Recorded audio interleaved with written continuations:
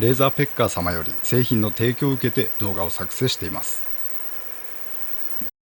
ご視聴ありがとうございます。今回はレーザー彫刻機レーザーペッカー4を紹介したいと思います。家庭向け DIY 向けのレーザー彫刻関連の製品としては最高級と言っても良い製品です。一般的な木材から金属へも刻印が可能というのが特徴。金属に刻印したのがこちらです。鮮明くっきりとした細かな線で印刷をすることができてます。最初にお伝えしますが DIY 向けとしては高級品です。初めて値段を知った時にめっちゃ高えと思ったのは事実。ただ使ってみてここまでできたらこの値段は納得してしまいました。実際の使用シーンをメインにレーザーペッカー4紹介させていただきます。製品はこのくらいの段ボールで届きます。重さもそこそこ。梱包はしっかりしていて内容物も充実。ネジの予備がついていたり組み立てに使う道具も入ってます。この時点でかなり良い雰囲気を感じました。製品は組み立てる必要があります。難しくはないですが説明書は親切丁寧ではないですね。ローカライズはされていますが内容ちょっと足りないと感じる部分もあります。組み立ては10分くらいで完了。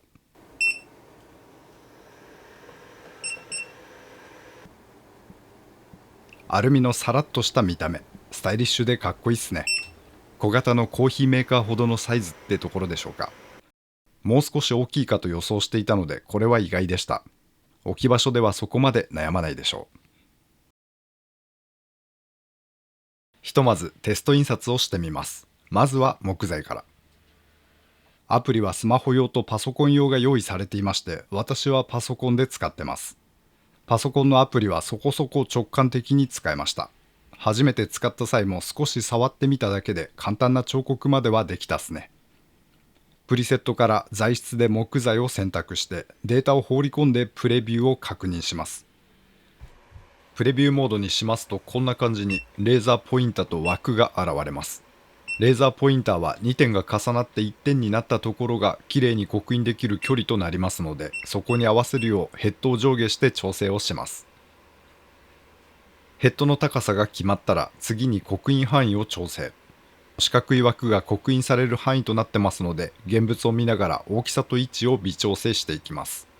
これでプリント準備は完了。レーザーの波長は450マイクロの青色光。木材への彫刻は煙が結構出るっすね。部屋でやってましたが途中で換気のため窓は全開にしたほどです。出来上がりがこちらです。これ見た時はテンション上がったっすね。表面焦がす程度の仕上がりかと思っていましたが段差があるんです。ちゃんと彫られてるような感じ。太い線は力強く細い線は繊細に、質感というのかしっかりと表現がされています。これはすげえなと感じてしまいました。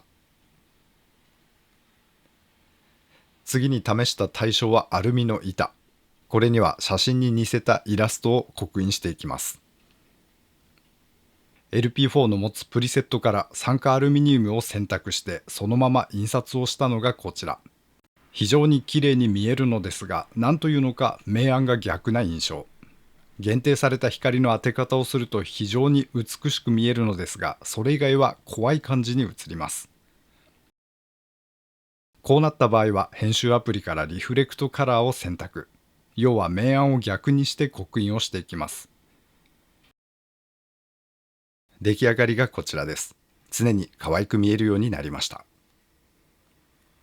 仕上がりに影響する項目としてパワー、深度、それから解像度がございます。パワーはそのまま出力。パワー変えて比較したのがこちらです。低めだとぼんやり浮き出る仕上がり。出力を上げていくとはっきりします。続いて深度。これは掘る深さでしょう。木材だと分かりやすいですね。金属に対しては設定の仕方に悩みます。深くすると色が濃くなっていくイメージ。アルミ板で試していますが深度を上げていくと暗くなっていくっすね。カメラではいまいちですが実際は深度を大きくした方が視認しやすくなってます。深度は結構効いてくるパラメーターなので、金属相手には上げたい方向なんですけど、相対的にかかる時間も長くなってしまったり、あとは被覆を奪い取るので錆びやすくなりそうだったり、上げすぎると輪郭がぼやける印象もあります。写真や細かなイラストの場合は、深度下げると霧がかかったような幻想的な仕上がりになったりしまして、それはそれでかっこよかったりもするので、どのくらいが良いのか設定が難しいです。もう一つ仕上がりに大きく影響するのが意外と解像度。解像度を上げると刻印の色が濃くなっていきます。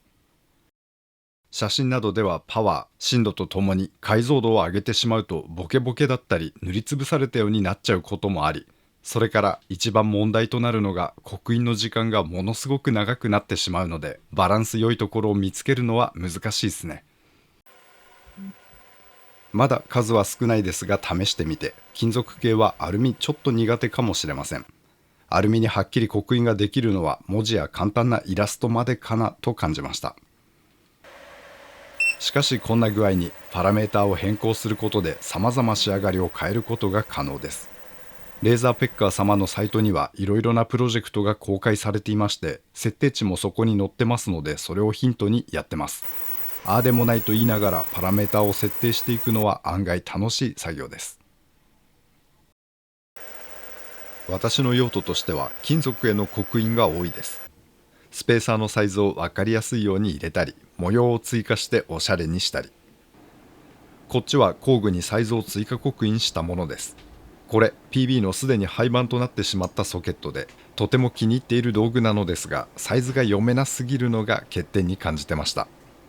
大きくはっきりレーザー刻印をしたことで、使っていてすごくストレスが減ったっすね。見やすいということはやはり素敵なことだと再確認をしました。この曲面への刻印、さらっとやっていますが、オプションのロータリーエクステンションを使って曲面へ対応をしています。旋盤みたいなアタッチメントに着工をして各種設定を行うことで、曲面に対して常に同じ焦点距離で刻印ができるようになりまして、ボケずに綺麗に仕上がります。円柱形のもの、コップなんかにも良さそう。こちらはボルトナットの締め付けトルクを印字しています。締め付けトルク、頻繁に触っていると覚えてますが、ちょっと間空くと忘れてしまうことあるっすよね。最近はスマホで整備マニュアル読みますけど、トルク書いてある場所を探すのは結構面倒な作業。こんな感じに直近に刻印をしておくことでスムーズに作業が可能となります。それからあまり考えたくはないことですが、盗難対策にも良いと感じて使ってます。オリジナルの刻印を入れることで自分の持ち物である証明になるっすね。工具なんかも振動ペンみたいなので名前彫ってあるのは見かけますが、すぐ目的がそれとわかるので取られてすぐに削られてしまうことも。これをレーザー刻印とすることで自分印のクオリティは相当に高くなりまして、例えばこんな具合に仕上がっていれば個人が後入れしたとは思いにくいっすよね。ですから削られにくくなったり、あとは単純好みの見た目にできますから愛着がさらに湧いたりいたします。自分オリジナルが作れるというのは本当に楽しいです。それからこの LP4、ポータブルでも使えるよう設計がされています。ヘッドを台から外して手で持って、保護カラー先端を対象にピタ付けすると焦点距離が具合良くなるって具合です。試しにやってみて、数文字程度であれば刻印時間も短いので、ハンディでもまあやれる感じ。ただやりやすくはないです。凹凸面ではヘッドの固定が難しいので、このままでは車関係使いにくく、三脚用のアタッチメントをオプションで出してくれたらと感じました。ここからは使っていて感じたネガな部分をお伝えします。一つ目は彫刻される箇所が分かりにくいことを挙げます。刻印範囲は四角い枠で表示されますが、余白を含んだ外枠になるので正確なイメージが湧かないのです。本気で位置決めしたい場合は最初マスキングテープを貼ってテスト印刷する必要があります。難しいのかもしれませんが、枠ではなく彫刻するデザイン自体をレーザーで写せたら、もしくは余白のないプリントされるギリギリのラインで写せたら、とても使いやすくなるだろうと感じました。続いて焦点距離合わせのためのレーザーがテーブル中央で固定というのも使いにくいところ。刻印面がテーブルの真ん中に来るように置きに行かないとなりません。しかもヘッドの高さを変えていきますと Y 方向にレーザーポインターはわずかにずれていきますので、さらに微調整が必要となります。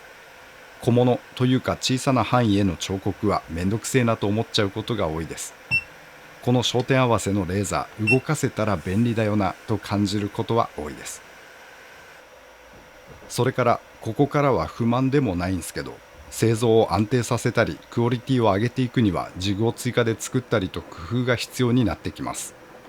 オプションのロータリーエクステンションはそのままではテーブルに固定ができませんし、チャックの部分爪の合成も不足気味で、ワークを交換する際に前回と同じ条件とするのに失敗してしまうことがあります。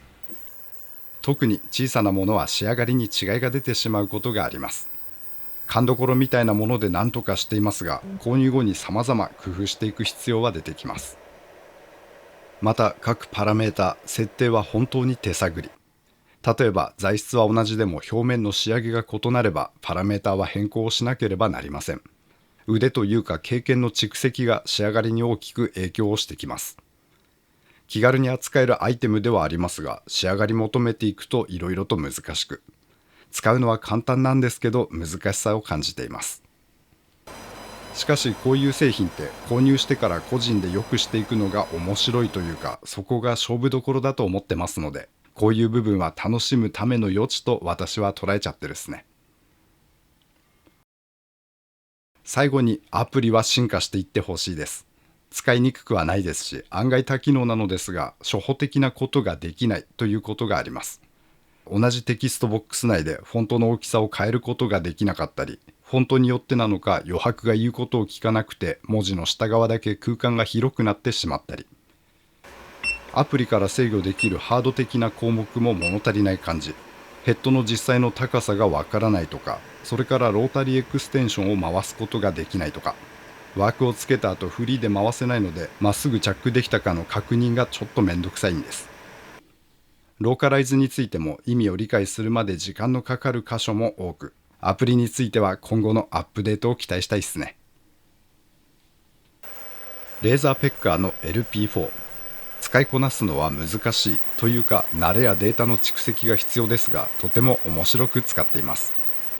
レーザー彫刻の入門機がこれで良かったと思ってます。私はこの分野ほぼわからないまま使い始めましたが、やってみたいと思ったことには大体対応がすぐできますし、設定など学んでいくには良い製品だと感じました。サイズ感もちょうどいいっすね。これからゴムやガラス、溶けやすいプラスチックなど様々素材を試していこうと思ってます。出力はスペック的に他社と比べちょっと弱め。アルミなど金属メインでって場合は物足りなさ感じることもありますが、手軽にこれだけできるのはすごいアイテムだと感じました。こだわりのワンオフやりたいって方、機会ございましたらお試しください。